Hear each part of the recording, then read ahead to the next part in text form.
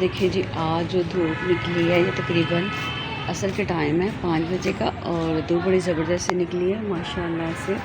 कभी बादल हो जाता है कभी धूप हो जाती है और अब इस टाइम बड़ी इस कॉर्नर में आ रही है हल्की सी बड़ी तेज़ वाली धूप। ठीक है जी, और साथ हवा भी है। शुक्र है अल्लाह का, बड़ा अच्छा मौसम हो गया बारिशों के बाद। और ऊपर जो है यहाँ से चीलें वगैरह जो है वो लहरा रही हैं, घूम रही हैं, हवा को एंजॉय कर रही हैं। ये देखें आसमान पर ये नजर आई छोटी सी।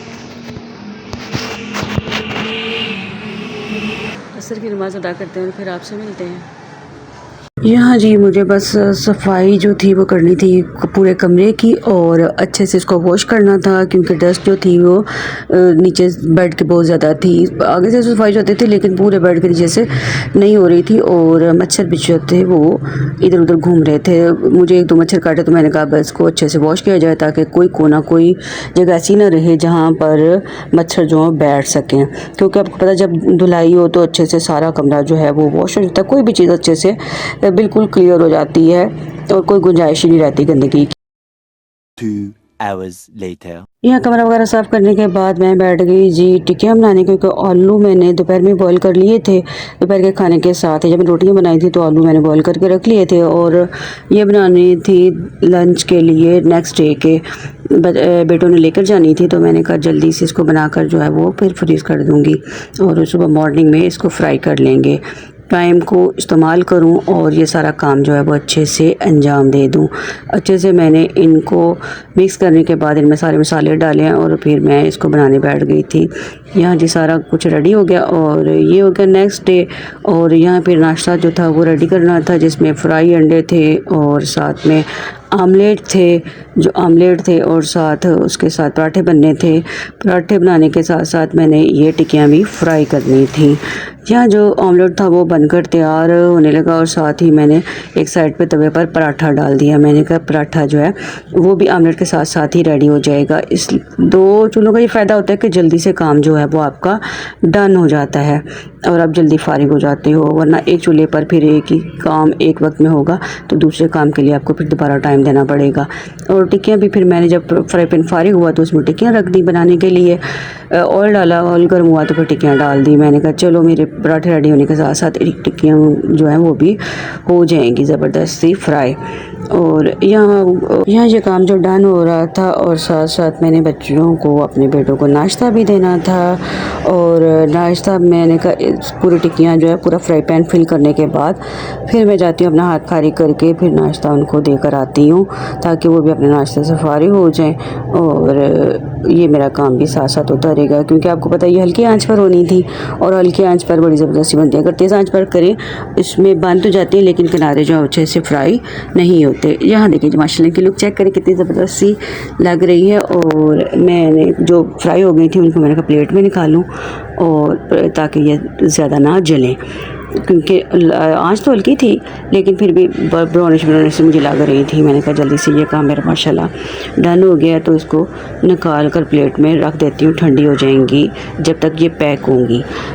ये देखें जी सारी टिक्कियाँ जो मैं 1 बाय 1 निकाल कर प्लेट में मैंने रख दी। और इसके साथ साथ आपने हमारे चैनल को क्या करना है जी, सब्सक्राइब करना है, लाइक करना है, शेयर करना है, प्यारा सा कमेंट भी करना है कि आपको हमारा व्लॉग जो है वो कैसा लगा और कैसा नहीं लगा।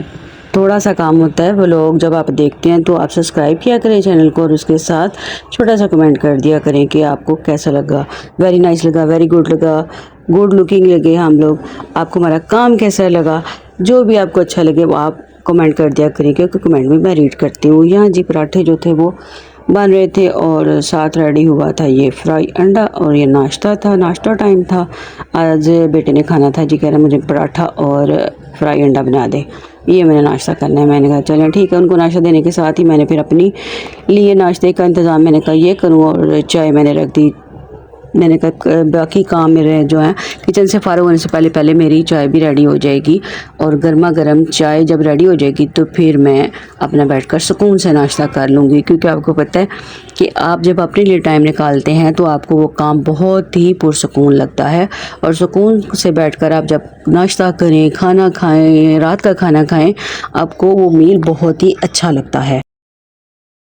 यहाँ जी मैं बैठ गई, मुझे कपड़े इस्त्री करने के करके ये देखें जी, जाना है कहीं फिर आपको दिखाऊंगी कहाँ जाते हैं। ये सारे मैंने नाम लगा के इधर सारे रख दिए ताकि जब मैं प्रेस करूँ तो अच्छे से इनकी सिलवटें जो हैं वो निकल जाएं। इसको भी नाम लगा दिए, इसको भी प्रेस करते हैं। ये मेरा सूट है और बाकी बच्चों के हैं। ठीक है जी, तो मिलते हैं आपको फिर ये सारा काम करने के बाद कि कितनी देर में होता है। ये तकरीबन आधा घंटा लगता है या 20 मिनट लगते हैं। A few moments later. अस्सलाम वालेकुम यूट्यूब फैमिली, कैसे हैं आप सब? मुझे मेरे सब खैरियत से होंगे, खुशबाश हो गए अल्हम्दुलिल्लाह। हम सब भी खैरियत से और खुश हैं। मैं जा रही हूँ मार्केट, तो मैंने कहा आपको भी साथ ले चलती हूँ। मैं क्या करने जा रही हूँ और क्या खरीदने जा रही हूँ, सारी शॉपिंग आपको दिखाएंगे और क्या करने जा रहे हैं ये भी दिखाएंगे। चलें चलते हैं। यहाँ जी हम दोनों माँ बेटा निकल पड़े थे घर से। ये हम सीढ़ियाँ उतर रहे हैं अपने घर की जाने के लिए मार्केट में, और एक काम हमें वो डन करना था। वो मैं नेक्स्ट आपको आगे चलकर बताती हूँ कि वो काम क्या था। और साथ ही दुआ कर रहे थे कि अल्लाह ताला हमें गर्मी ज़्यादा ना लगे। ये जिस काम से हम आए थे वो हमारा काम भी हो गया, तो पच्ची जो है मिल गई है। ये देखिए, चलो यहाँ जी काम डन करने के बाद हम दोनों माँ बेटा निकल पड़े हैं। यहाँ हम जा रहे हैं मार्केट के लिए, रिक्शे वगैरह पर बैठने के लिए, ताकि हम मार्केट तक पहुँच सकें। तकरीबन 10 मिनट का रास्ता है जहाँ मेरे घर से मार्केट तक का।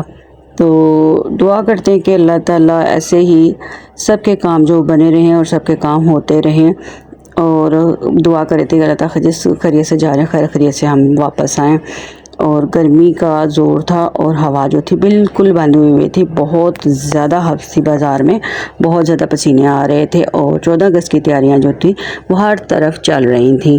पूरी मार्केट जो थी वो 14 अगस्त के झंडियों से और कपड़ों से जूतों से फुल भरी हुई थी, फुल अट्रैक्टेड हुई थी। और यहाँ मैंने देनी थी अपनी ऐनक बनने के लिए, और ऐनक बनने के लिए जब मैं देने के लिए गई दुकान तक पहुँचे, एक मार्केट में बड़ी सी शॉप है लेकिन वहाँ शॉप जो थी वो बंद थी।